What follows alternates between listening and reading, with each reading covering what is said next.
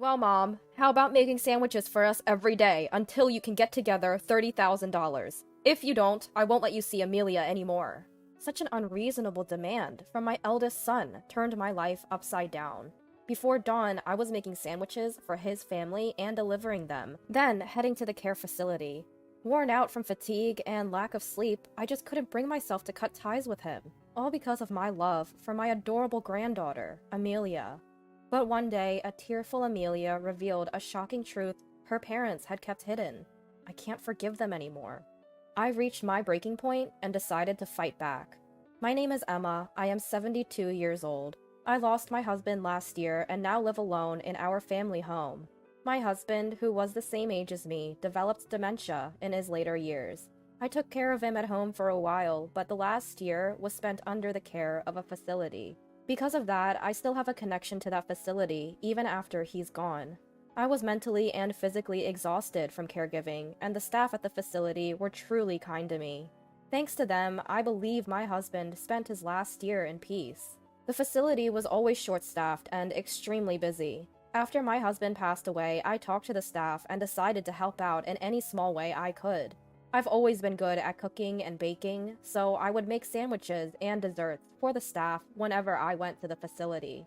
Then one day, out of the blue, my eldest son and his family came to visit. It took me by surprise, but I served them tea. Mom, it's been a while. Sorry for barging in like this. We've had some issues and decided to move to this area. James, my eldest son, said, while reaching for the treats on the table. He looked worn out for some reason. Natalie, my daughter-in-law, barely spoke since they arrived and kept fiddling with her cell phone. They decided to move all of a sudden? Did something happen? A faint unease lingered in my heart, but I greeted my granddaughter Amelia with a smile. Amelia, you've grown up so much. How have you been? It must have been about 5 years since I last saw my eldest son's family. Ever since my husband was diagnosed with dementia, my days were consumed with caregiving, leaving no time or energy for anything else. I couldn't even keep up with my adorable Amelia. Granny, it's been a while. I've been good. I'm in the 9th grade now. Oh my, how time flies. You'll be taking exams this year then. You better do your best. Upon hearing this, Amelia's expression turned somber. I wondered, is moving during such a critical period in her education a good idea? Just then, a cat's meow echoed from the kitchen. Amelia whispered with joy, "A cat?" and hurried towards the sound. Mom, since when did you get a cat? No, that little kitty just pops in from time to time. I always leave the back door slightly ajar for her. Sounds risky. James was staring intently towards the kitchen. Natalie didn't lift her face from her smartphone. In Amelia's absence, I probed my son and his wife about the reasons behind their move. Their response was vague, but in essence, they moved hastily due to financial troubles stemming from a failed business venture. I then inquired about James's job. Job? Well, things have been rough. My health's been on the decline, and the doctor advised some rest. More importantly, Mom, I have a favor to ask. James was hoping for a loan. The failed business and move drained their finances, and they were nearly out of money. He needed about $5,000 for daily expenses. Honestly, I hesitated. Even though he's my eldest, lending such a large sum on the spot felt daunting. Are the two of them even thinking about their future? But no matter how much I probed, all I got was, just lend us the money. Despite my reservations, I took out $5,000 from my savings and handed it to James. With a smirk, James quickly pocketed the money. Well, do your best for Amelia's sake. If there's anything I can do to help, just let me know. Yeah, thanks. We're heading out now, but we'll be around often. Please keep some food ready for us. With that, James called Amelia, who was petting the cat in the kitchen, and the three of them left. As I cleared the dishes, a sense of unease about what the future held settled in. Hey Mom, it's me. I'll be coming over tonight. Have dinner and a bath ready, okay? Oh, and I've run out of the money you gave me, so I'll need a bit more. Later. Without waiting for my response, James hangs up the phone. I sigh heavily and set my mobile phone on the table. It's been 2 weeks since my eldest son's family imposed themselves on me. Since then, James has been coming over almost daily for meals and money. On weekends, his adorable daughter Amelia joins. At first, I prepared special meals and lent him a few $1,000s each time, but I reached my limit. James claimed he couldn't work due to medical reasons, but he looked perfectly healthy to me. I couldn't understand why he was blowing through the large sums I lent him every week. That evening, fed up, I sternly confronted James and his wife when they arrived. I told them I didn't want them visiting so frequently, and to stop asking for food and money. "What? You said you'd help, didn't you? Was that a lie?" Predictably, James became aggressive in his words and demeanor. His wife, Natalie, silently played with her phone while eating the meal I'd prepared. There are limits, you know. Making me prepare meals every day? Asking for money every week? Enough is enough. I'll go bankrupt at this rate. Fine, I'll give up on the money for now, but instead bring me sandwiches every day. Enough for 3 meals. What? I can't do that. I've told you I volunteer at a facility every weekday morning. Then drop them off before you go. Wake up at 3 a.m. if you have to. Before I could respond, James added, "If you don't do anything for us, you won't see Amelia anymore. We'll cut ties with you." Knowing how much I adore my only granddaughter Amelia, James smirked. Honestly, I'd love to cut ties with this couple, but I worry about sweet Amelia. Let me think. I can't come up with money that easily.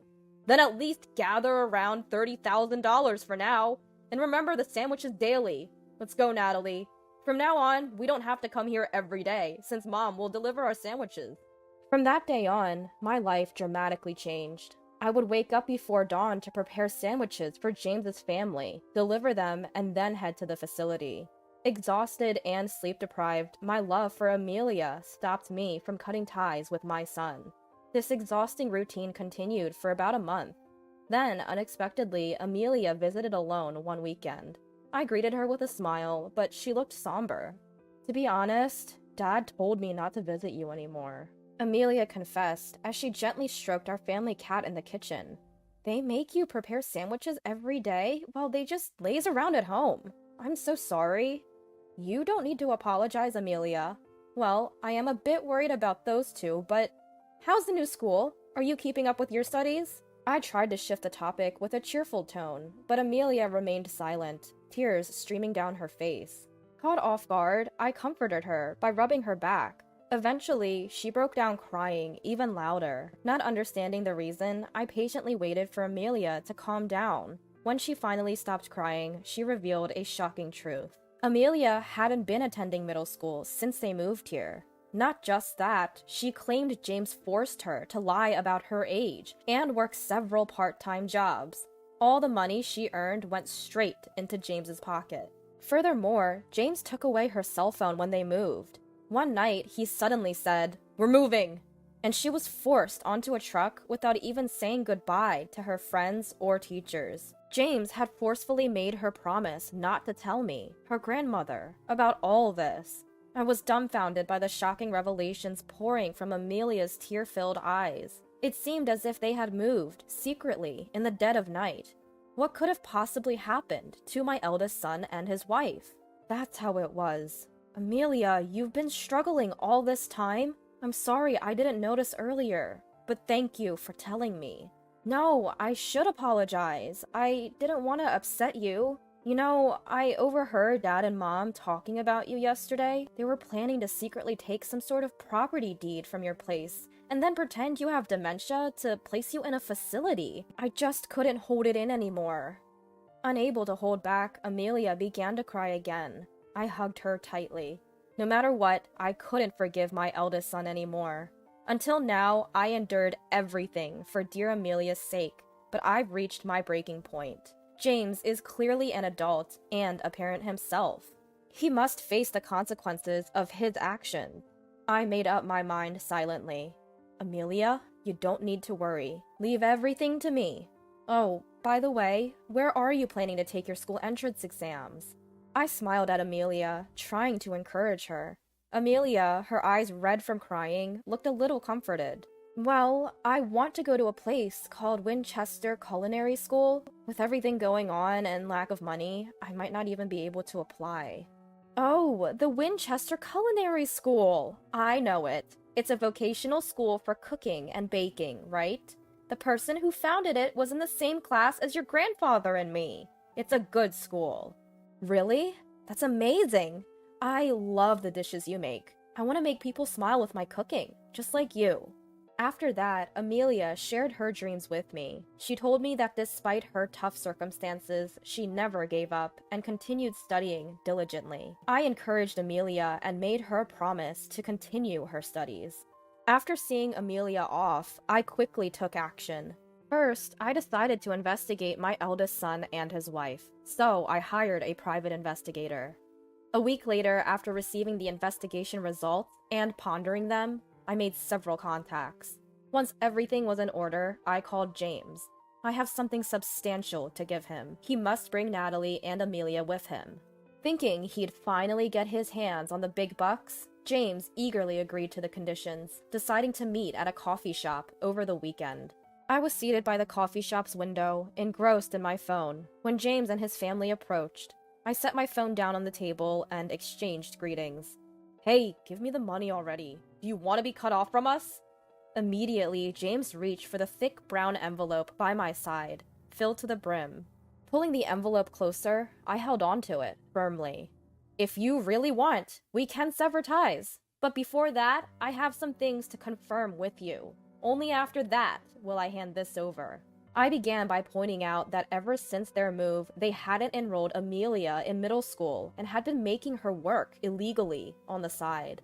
The couple tried to brush it off, clearly eager for the money, but eventually admitted the truth. "We had no money, so we had no choice. Once we get the money, she'll quit her job and go back to middle school." Suspicious. With doubt, I continued to question why James wasn't working. "Are you truly on medical leave? Which hospital did you go to? Show me some proof, like a receipt or a health insurance card." "I don't have any." "You're not faking it, are you? Lying just because you don't want to work?" As the atmosphere grew tense, James raised his voice. "Don't say things like that! I didn't go to any hospital, but something really traumatic happened, and it's been hard." "James, can you honestly tell me what happened? If you do, I'll give you this." When I motioned to the envelope in my hand, James begrudgingly began to speak. "I get it now. When you said your business failed last time, you were actually betrayed by a business partner, a guy named Alexander. He took off with all the money I worked so hard to earn. He had control over the core know-how and equipment, so I was powerless without him." "Oh, that's what happened." "I'm the victim here. That's why I couldn't pay the rent and other bills and had to move. Now just give me that money already." With that, James snatches the envelope from my grasp. However, when he quickly opens it, instead of a wad of cash, it's filled with a bunch of bills. James stares blankly at the bills scattered across the table. "Why don't you just tell the truth for once?" Feeling let down by my eldest son's persistence in lying, I reveal the facts I've gathered. As the business started to profit, he got deep into the sex industry, accumulating massive debt. To cover it, he deceived his business partner, took all the earnings, and even got involved with payday lenders. Then he moved away secretly in the middle of the night. Do you have any idea how hard it was for Amelia? She was thrown into chaos without understanding the reason. She couldn't even say goodbye to her friends and teachers. And you took away her phone? Do you understand how scared and hurt she felt? Whether James was listening or not, he desperately searches the bills, hoping to find money. Watching his pitiable state, I was utterly exasperated. James, hiding from payday lenders and business owners, had neither been working nor notifying the proper authorities of his whereabouts or processing school transfers for Amelia. His wife, Natalie, wasn't working either, so they had no income. It's clear they were counting on me from the beginning. No, I was planning to work once things settled down. What exactly did you do? All you've done is demand money and meals from me and force Amelia to work, right? Natalie is always on her phone, not working at all. Also, I know you've been sneaking into my house while I'm gone. That's breaking and entering. A serious crime, you know. I always leave the back door open for the neighborhood cats. Knowing this, James had been repeatedly breaking into my house whenever I was away. The day Amelia told me about James and Natalie, I remembered I had a pet camera I'd won in a raffle. I fetched it from the storage and set it up. Sure enough, the footage showed James sneaking in from the back door while I was away, rummaging through my cupboards. I've saved the footage on my mobile phone. So, after getting hold of the deeds to my house and land, you planned to make it seem like I'd lost my mind, put me in a facility, and then snatch everything away. You moved here with that intent from the beginning, didn't you? Shut up! You keep making me out to be a criminal! Just because you're my mother, you think you can make baseless accusations? I have a witness, right here. Suddenly, an intimidating male voice sounded from behind. James, upon seeing the man, was shocked and jumped. What? Alexander? Why are you... Emma contacted me. I heard there was a discussion today, so I came from far away to participate. Good to see you, James. Looking well, I see. Saying so, Alexander took a seat next to James, effectively blocking his exit. It's my first time meeting him, but Alexander is quite an imposing middle-aged man. I'm surprised James dared to cross someone like him. James, return the money now. There are officers waiting outside. I filed a police report. Pay up or turn yourself in. Decide now. Hearing this from Alexander, James hurriedly looked towards the window. Just as Alexander said, a police car was parked right outside the diner, with an officer standing there, looking our way while on his phone. James looked shocked by the scene, his eyes wide as he instinctively moved back in his seat.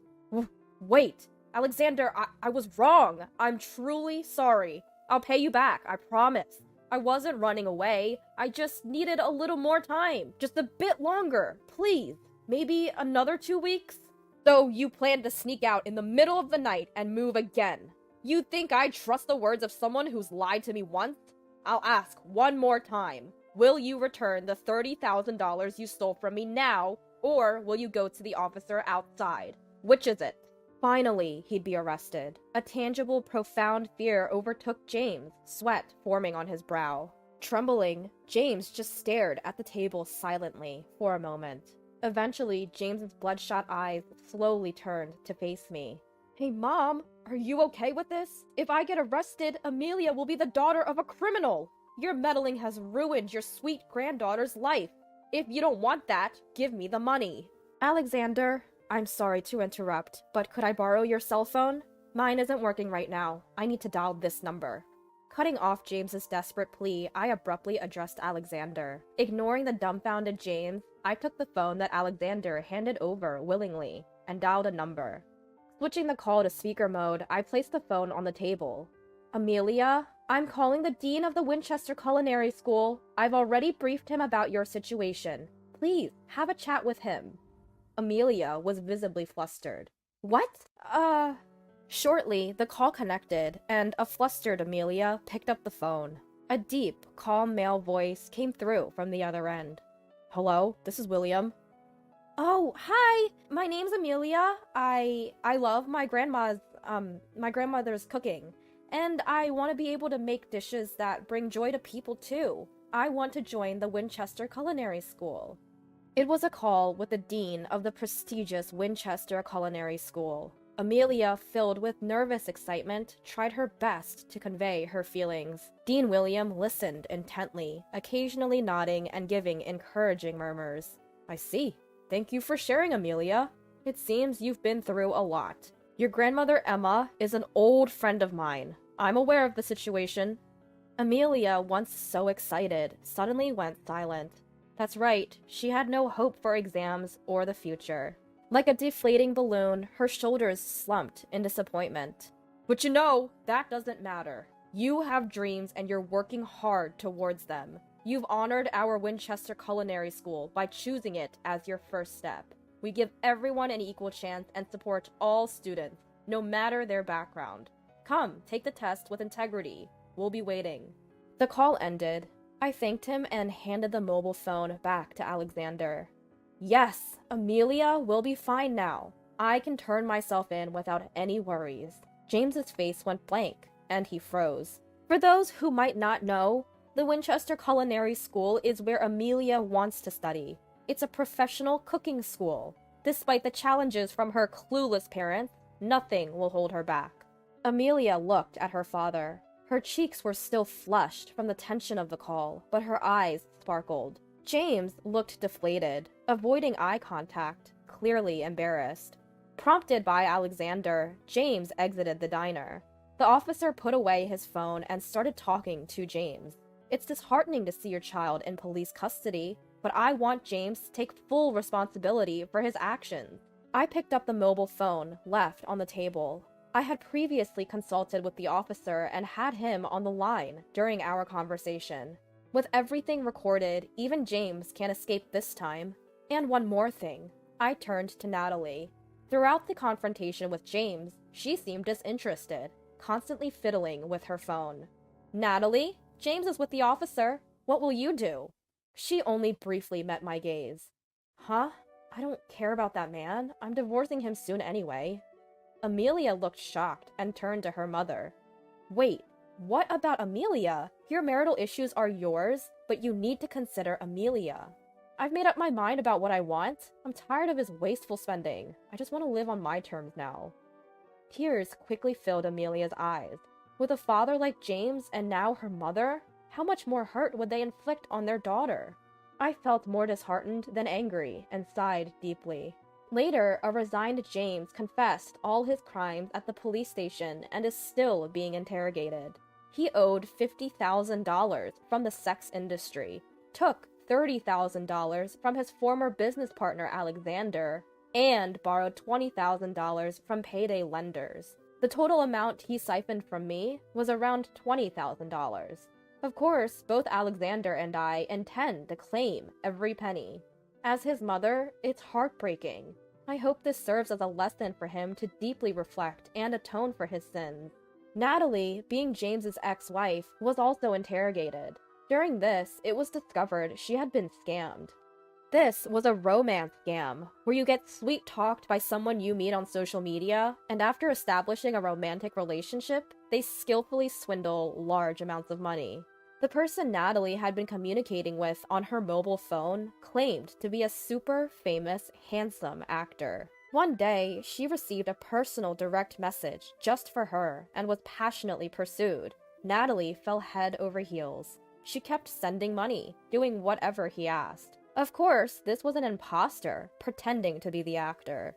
This case mirrored numerous others reported to the police. Realizing she'd been deceived, Natalie was utterly devastated. Since she had already divorced James, she had no one to turn to and had lost her means of livelihood. After that, I decided to live with Amelia. I sold my house and land and moved to an apartment near Winchester Culinary School. The house and land, located in a prime urban area, had a huge asset value, fetching me several $1,000,000. I made sure that Amelia would be the beneficiary of these assets, so she'd never face financial hardships. We moved in the middle of the night, as if sneaking away. My parents were deeply distressed, with everything escalating to the police, but Amelia never gave up and continued to work hard. I, too, did everything I could, managing her transfer to middle school and helping with her exams. Thanks to our efforts, Amelia managed to take the entrance exam for Winchester Culinary School and got in. Just as Principal Williams said, Amelia dedicates herself to her studies at Winchester Culinary School, heading straight towards her dream, enjoying her youthful days surrounded by friends. Watching my beloved Amelia grow up by my side, I live with peace in my heart, basking in happiness.